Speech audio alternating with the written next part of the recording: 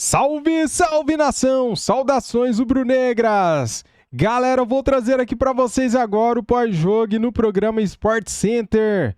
Palmeiras 0, Flamengo 0. O empate para nós foi um bom resultado, levando em conta que o jogo foi fora de casa e o Flamengo manteve a diferença de 3 pontos para o Palmeiras. Vamos ver aqui agora o debate, as análises do jogo. Já quero convidar você que é novo aqui no nosso canal, já chega deixando o like, se inscreva aqui no nosso canal e ative o sininho para não perder nada. As imagens são da ESPN Brasil, link na descrição como crédito. Simbora, vamos lá.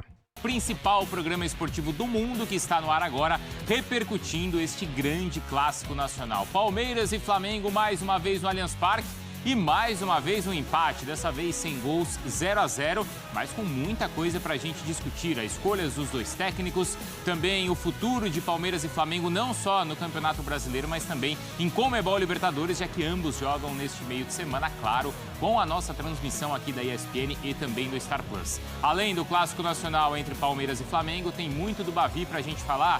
Também empate, mas com gols, 2-2. E ainda o Atlético Paranaense, que vai vencendo o Internacional por 1-0. A gente vai fazer uma rápida pausa e aí agora, claro, a gente repercute tudo sobre o empate no Allianz Parque, 0-0. Mais uma vez, Flamengo e Palmeiras. Palmeiras e Flamengo ficaram no empate, jogando em São Paulo. E vamos acompanhar, então, os melhores momentos aqui com Pedro Ivo Almeida, também, claro, com a Natália Ferrão. Aí, o primeiro chute do Luiz Araújo, Natália, finalizando, e o Everton ali no centro do gol defendendo. Boa noite, Natália. Boa noite, Vicari, rapazes, fã de esporte. Um jogo ruim que nós acompanhamos, porque às vezes... Murilo aí? Talvez as grandes oportunidades, né? O segundo tempo melhora um pouquinho, mas essa foi a melhor oportunidade do Palmeiras na primeira etapa, com muita dificuldade de criação, Veiga muito apagado.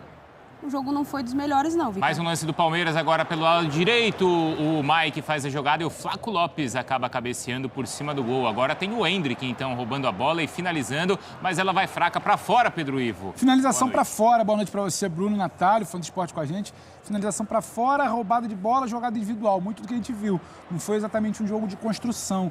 Quando a Ferrão fala do jogo ruim, acho que tem muito disso, né? Era uma expectativa, uma semana inteira pensando o que a gente sentaria agora aqui para comentar o que a gente viu, né, Bruno? Talvez a gente comente muito do que a gente não viu.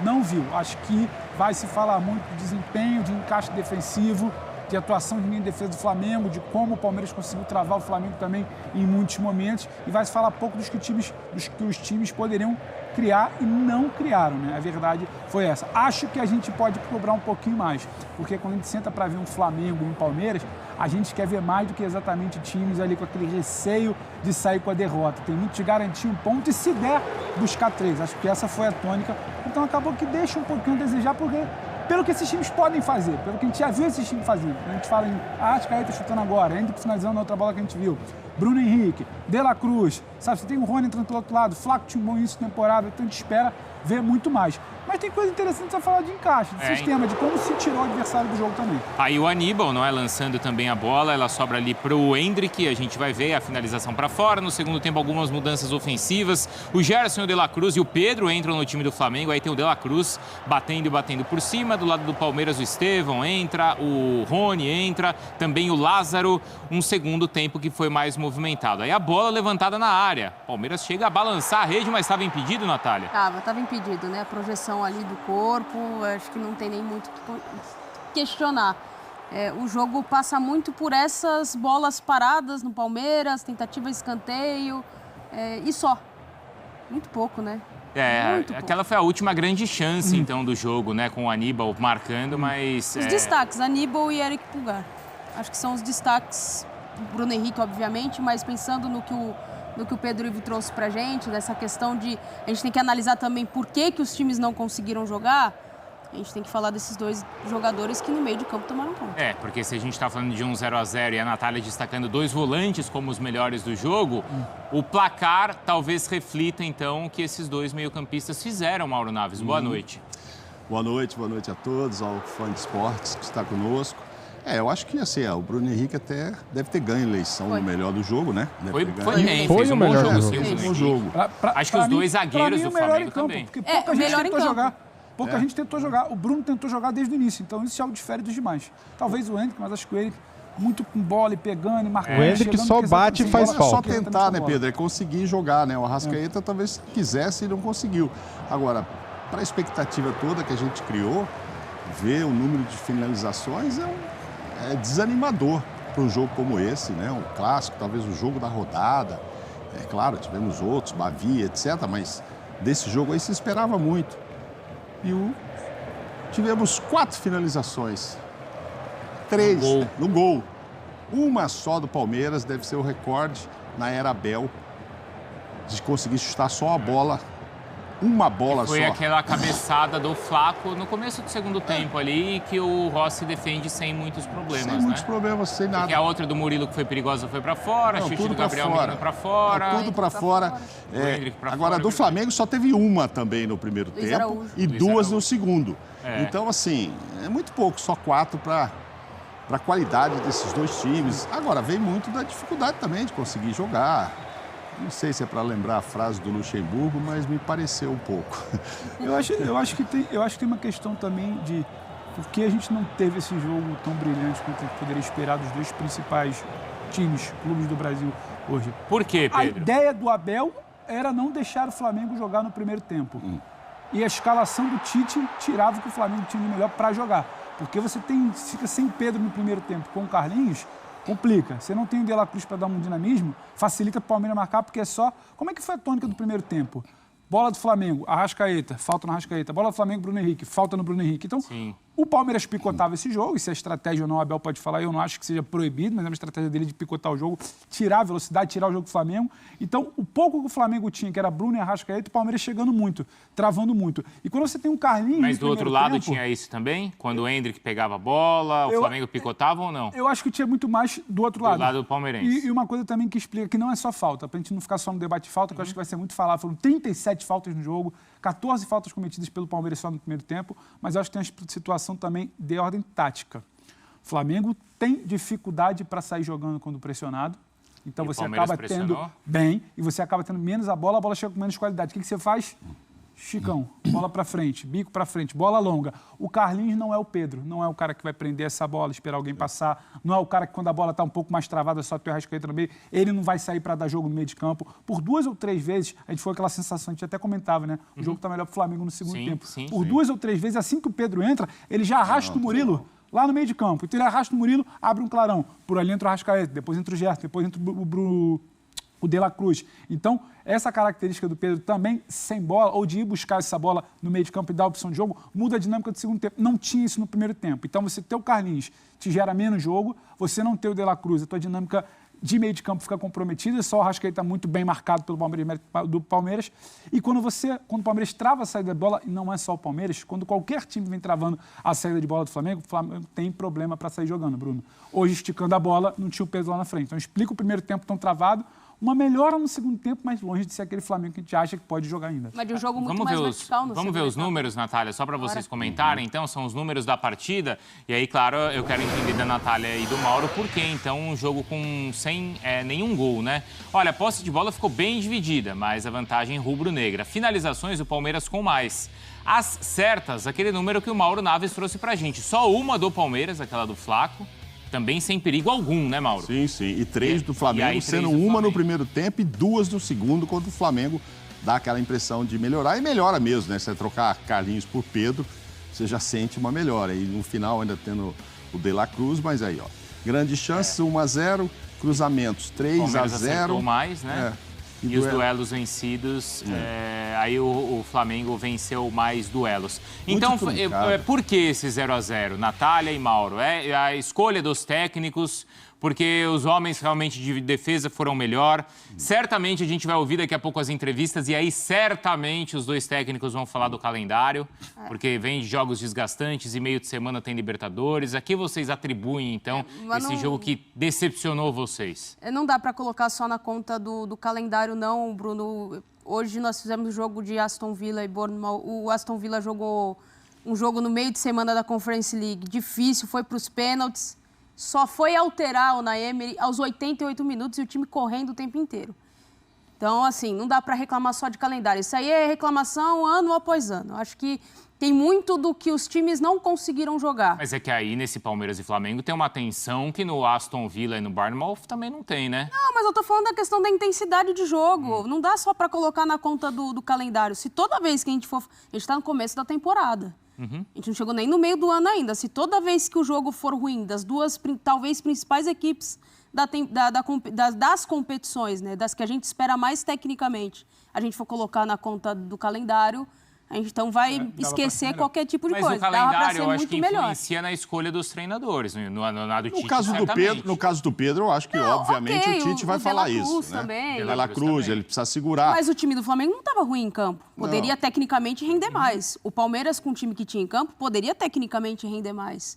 Eu acho que passa muito pelo que o Pedro falou. Acho que tinha muito mais medo de perder do que propriamente a vontade de vencer, porque os times foram muito burocráticos em boa parte do primeiro tempo. O primeiro tempo ele é travado e não me parece, Bruno, dentro da sua pergunta, que os times estavam incomodados com isso. O Palmeiras estava confortável no primeiro tempo. Estava tudo tranquilo. Ele entra em campo para tirar a velocidade de jogo, bola do pé do Flamengo. Porque se você tem uma Arrascaeta do outro lado, você quer tirar a bola do pé da Arrascaeta. Se você tem o Bruno Henrique do outro lado, você não quer dar campo para o Bruno Henrique. O Palmeiras tirou o campo do Bruno, ele foi quem tentou alguma coisa ainda, aquela bola que a gente viu nos melhores momentos, a finalização do Luiz Araújo. Tem muito mais um desmarque ali do Luiz Araújo que chega na frente da meia-lua, o Bruno fica carregando, um tempo só acaba dando dele, chute fora da área, Everton tira. Então, ele tira muitas vezes o campo do Bruno Henrique, ele não dá espaço para o Arrascaeta e ele ainda assusta em bola aérea alguma coisa. Me parecia um jogo que o Abel idealizou no primeiro tempo, então ele não estava desconfortável.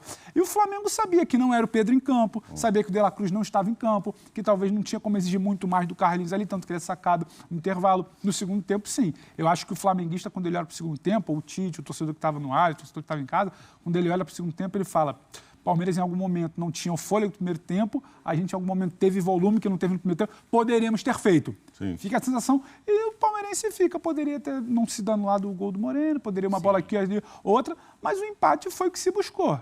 Quando você entra em campo, buscando não deixar o time jogar e tá a sua feição ali, e o Flamengo, quando opta por descansar, a gente vai ter que ouvir o Tite, eu não acho que tem problema. Se o calendário está pedindo isso, eu acho que o debate talvez tivesse que ser anterior. Por que você não programou para ter talvez os dois principais jogadores ao lado do Arrascaeta? Ele programou para ter o Arrascaeta nesse jogo, né? Mas eu não sei se você poderia ter programado, por exemplo, ter o De La Cruz e o Pedro, mas aí é uma concepção do Tite. Sim. E ele esticou a corda dos outros jogos. Estreia de Brasileiro, que era muito importante, segundo jogo contra o Nova Iguaçu, porque era para levantar a taça, jogo contra o São Paulo, porque era muito importante, ele foi esticando e tem um jogo de altitude. O próprio número de jogos do Campeonato Carioca em que ele utilizou o time principal, talvez não precisasse tanto. O Carlinhos não está jogos mais normais que não fossem clássicos, né? Olha, eu acho que o único que justificaria ele ter realmente mexido muito na equipe, que ele não mexeu, é o segundo jogo. Mas é que é o jogo da final, né? A taça. Tudo bem, mas ali não precisaria. Era uma questão institucional, que a gente até falava durante a semana. O Flamengo tinha uma preocupação muito grande de levantar uma taça. Sim. O time principal estar em campo, não ser uma coisa de 3-0 na ida, 1-0 derrota na volta. Então, aquilo ali foi um projeto do clube. Não, agora, acho que ali justificava. Hoje, dentro do que o Pedro está falando, é o que eu penso. Eu não imagino que o Tite e o Abel tenham sentado para montar o jogo pensando como é que nós vamos ganhar do outro. Não, é como nós não vamos perder. Ou seja, quais são as armas do adversário? Essas. Isso que o Pedro está falando, eu acho que é o que aconteceu. Vou segurar o Flamengo aqui e o Flamengo... Primeiro eu não perco, né, Mauro? Depois eu vejo. Exatamente. Então, mas, Mauro, quando os dois técnicos, o Tite primeiro, o Tite eu acho que é o primeiro a tomar a iniciativa para querer ganhar o jogo. Sim. Quando ele coloca o Pedro, quando ele coloca o De La Cruz... No segundo tempo já, né? Então, no segundo tempo. Eu acho que o Tite toma a iniciativa. De acordo. E depois, o Abel demora um pouquinho, mas ele também toma uma iniciativa para ganhar o jogo, não toma? Ele reage ao que ele perdeu de campo. Exato. Mas eu acho que é mais aí não mostra que os dois queriam ganhar? Não, mas aí é mais... O do Abel eu vi mais como uma reação aos movimentos de peça do Tite, pensando no Tite ali colocando... Não, peraí, vou colocar meus principais jogadores aqui que não jogaram porque eu preciso do resultado, quero o resultado, não preciso, mas... quero o resultado, e o Abel reagindo a isso. E para mim o Abel mexeu mal. O Gustavo Gomes fez uma partida horrorosa. Perdeu todas as divididas com o Bruno Henrique. Não vem bem. E aí, ao invés dele deixar o Mike, que estava jogando bem e sendo a cara aguda ali pelo corredor pelo lado direito, tinha acertado uns 2 cruzamentos, ele saca o Mike e entra com o Marcos Rocha para frear a movimentação do Bruno Henrique. Era só isso que dava para fazer?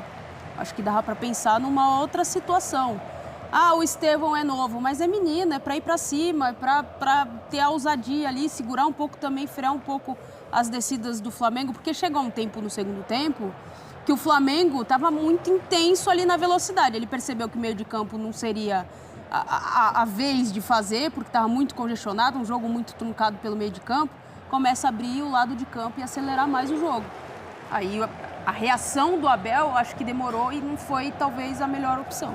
Eu acho que o Tite no segundo tempo percebeu que dava para ganhar. Ele começou primeiro, vou tentar não perder. Aí diante do que aconteceu no primeiro tempo, aí ele mexe para falar, acho que dá para ganhar aqui dentro, vou para cima. Vou colocar o que eu tenho de melhor aqui, que eu poupei, já poupei um bom tempo. Um foi o tempo todo, que foi o Pedro, né? O outro foi um pouco menos, né? O De La Cruz já entra com um pouco... Inclusive, essa falta aí era uma grande expectativa. Essa falta me chama a atenção no seguinte detalhe. Você vê que 3 jogadores do Flamengo ficaram ali, esperando para bater. Arrascaeta, De La Cruz e o Léo Pereira. E normalmente era uma falta que, em tempos normais, bateria o Arrascaeta. É o cara que, né? Mas agora, depois do golaço que fez o De La Cruz, com a chegada dele no time, do jeito que ele tem jogado, o próprio Arrascaeta entende que, de repente, vão deixar isso pro De La Cruz. Ele entrou aos 31, Mauro, o De La Cruz, no segundo tempo. Então, pois é. Tá aí, galera, um corte aqui do Sport Center pós-jogo. Palmeiras 0, Flamengo 0. Pra mim, tá? Minha opinião. É um resultado bom para o Flamengo, cara. O Flamengo estava jogando fora de casa, o Flamengo não deixou o Palmeiras pontuar, né? Mais do que ele, no caso, né? Manteve a diferença de 3 pontos. O Flamengo tem 7 pontos, Palmeiras 4 pontos. Tem jogo importante, meio de semana pela Libertadores da América. E o Tite poupou no primeiro tempo Pedro, colocou no intervalo, poupou o De La Cruz, colocou aos 31 do segundo tempo. Porque é o seguinte, cara... eles têm um mapeamento, né, de lesão, de quanto que o jogador aguenta jogar, de resistência, né? Então, assim, se eles foram poupados é porque estava na hora de ser poupado. O Arrascaeta tinha sido poupado contra o São Paulo e jogou hoje o jogo todo. Você acha que esse resultado foi um bom resultado para o Flamengo? Comente aqui, quero saber a sua opinião. Eu acho que sim, que é um bom resultado para o Flamengo, sim. E digo mais, hein? Pela Libertadores da América, pelo fato de jogar lá na Bolívia a 3.650 metros de altitude, se o Flamengo empatar lá também, será um bom resultado, porque lá o risco de perder é grande. Se empatar lá, é bom resultado, galera. Pelo menos o Flamengo fica ali na segunda posição no grupo E da Libertadores. Muito obrigado a todos, deixa o like, se inscreva aqui no nosso canal e ative o sininho. Mais tarde eu trago mais vídeos da imprensa falando desse jogo, tá bom? Saudações rubro-negras, fui!